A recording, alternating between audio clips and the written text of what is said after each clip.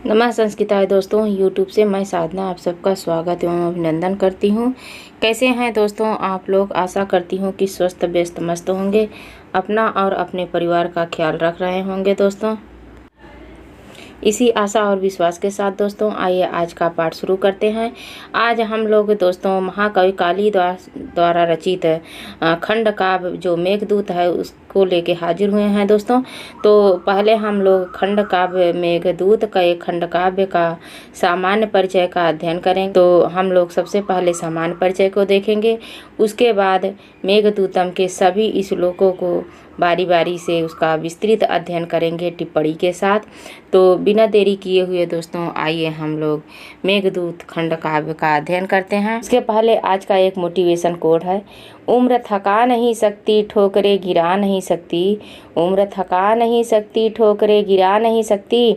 अगर जिद हो जीतने की तो हार कभी हरा नहीं सकती। जी हाँ दोस्तों, अगर जिद हो जीतने की तो हार कभी हरा नहीं सकती।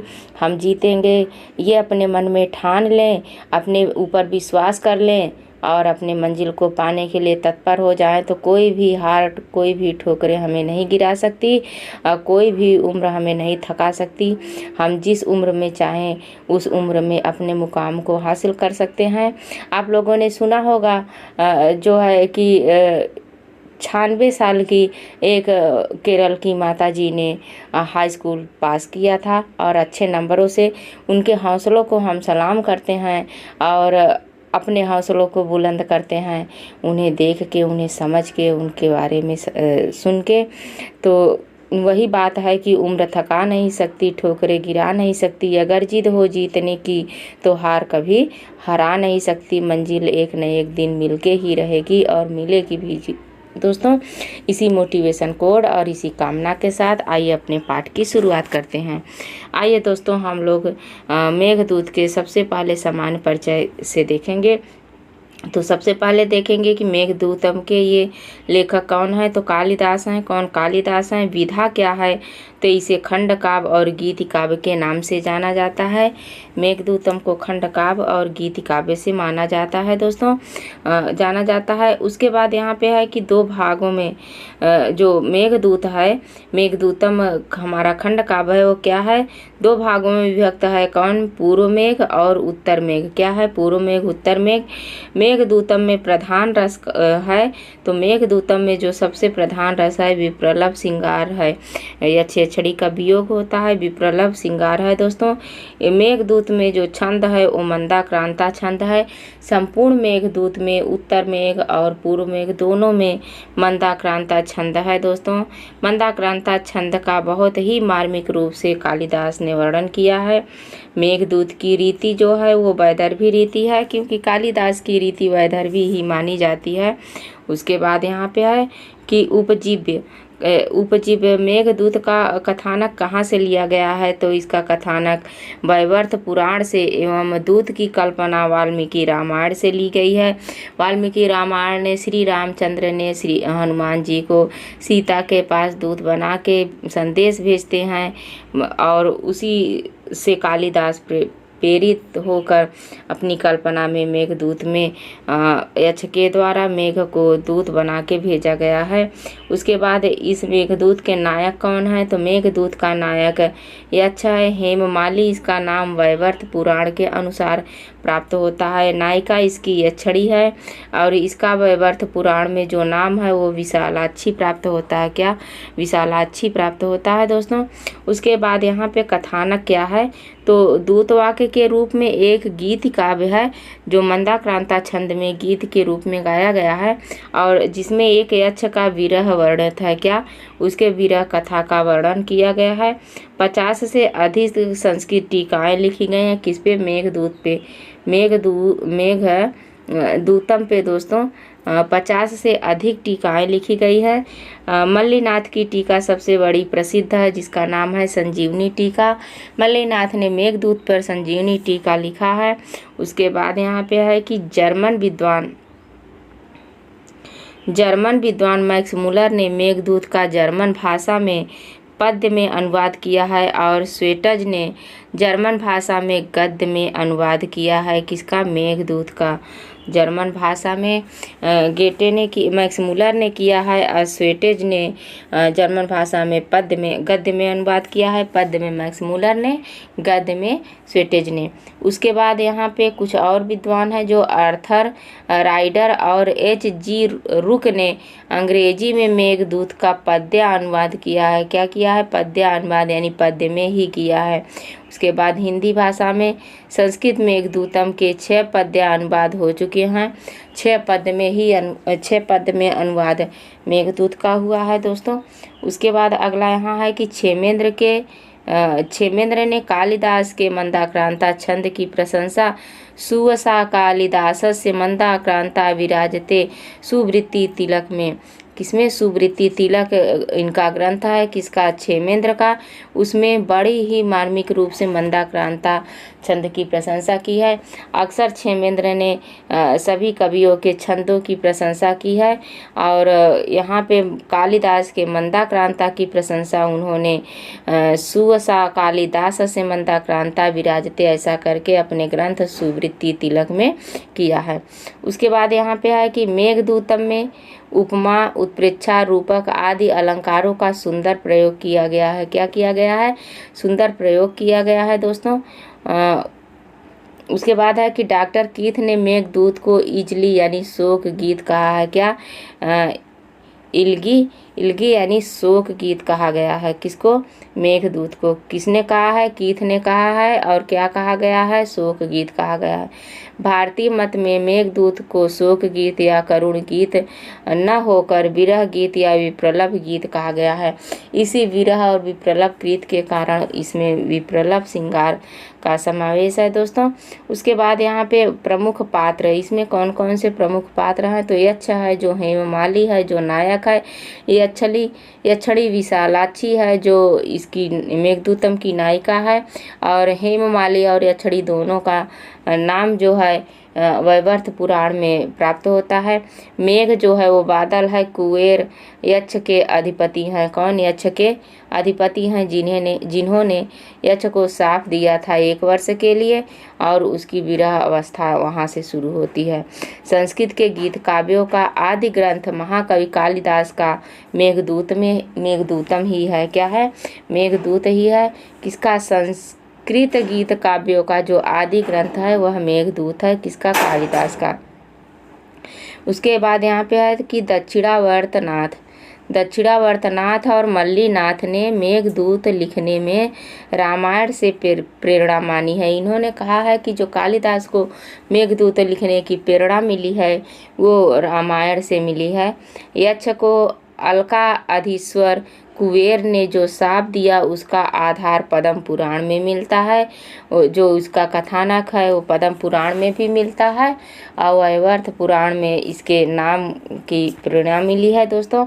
तो यक्ष को क्या है? अलका के अधीश्वर यानी कुबेर ने जो यक्ष को शाप दिया था उसका जो कथानक है वह पद्म पुराण से है।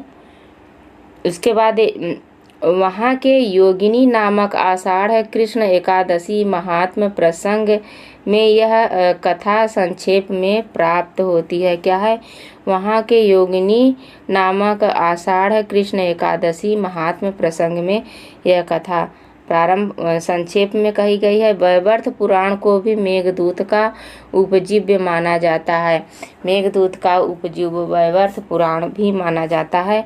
मेघदूत में 115 पद्य हैं। यह 2 भागों में पूर्व मेघ और उत्तर मेघ में विभक्त है। पहले ही हम लोग देखें, पूर्व मेघ में 63 श्लोक, उत्तर मेघ में 52 श्लोक पद्य हैं। मल्लीनाथ के अनुसार 21 श्लोक स्वीकार किए गए हैं किंतु 121 श्लोक स्वीकार किए गए हैं किंतु 6 श्लोकों को परिक्षिप्त माना गया है। क्या माना गया है? परिक्षिप्त माना गया है दोस्तों। उसके बाद यहाँ है कि मेघदूतम का मुख्य रस विप्रलभ श्रृंगार रस है और पूरे मेघदूत में मंदाक्रांता छंद का प्रयोग किया गया है। पूरे मेघदूत में मंदाक्रांता छंद का प्रयोग किया गया है दोस्तों। उसके बाद यहाँ पे है यक्षों के अधिपति कुबेर हैं। कौन है? कुबेर हैं। यक्ष के मतलब जो अधिपति हैं, जो राजा हैं वो कौन है? कुबेर हैं। उन्होंने अपने कार्य में प्रमाद, क्या है, उन्होंने अपने कार्य में प्रमाद के कारण किसी अपने अनुचर यानी यक्ष को शाप दे दिया था। क्या दे दिया था? शाप दे दिया था दोस्तों।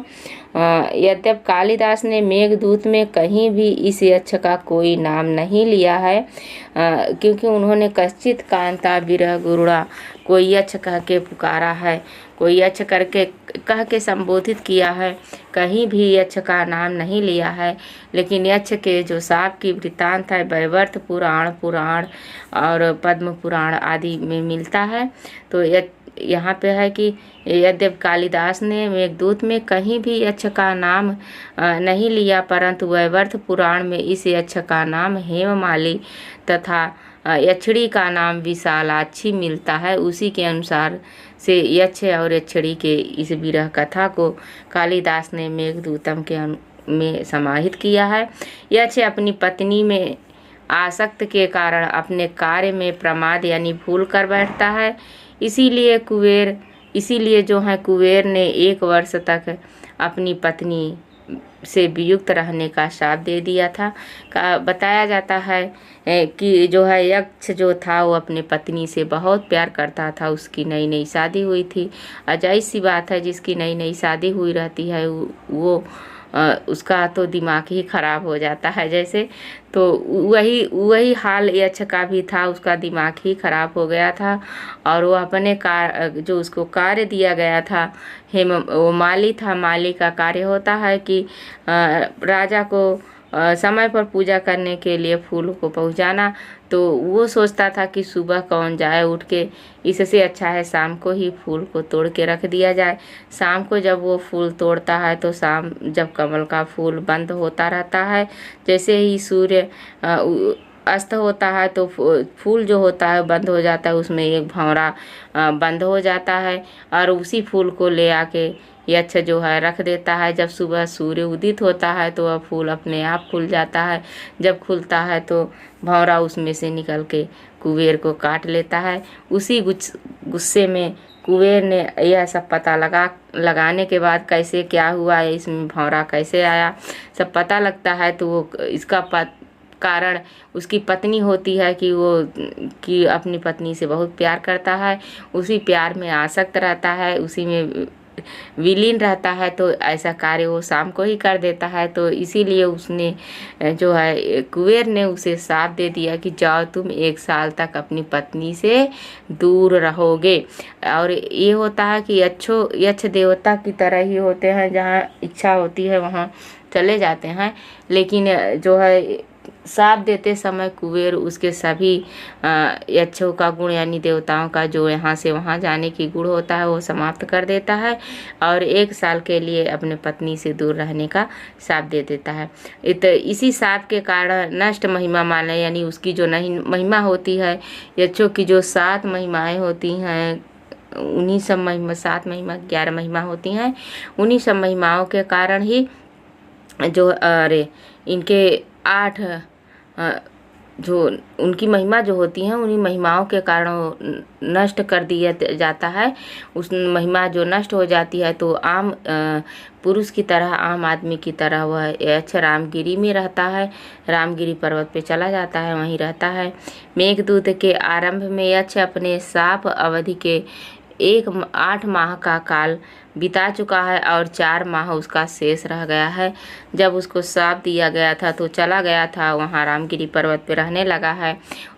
ऐसे रहते रहते उसका 8 माह बीत चुका है और अब 4 माह शेष रह गया है। जब 4 माह शेष रह गया है तभी से कालिदास ने उसके विरह का और उसके दशा का वर्णन करते हैं।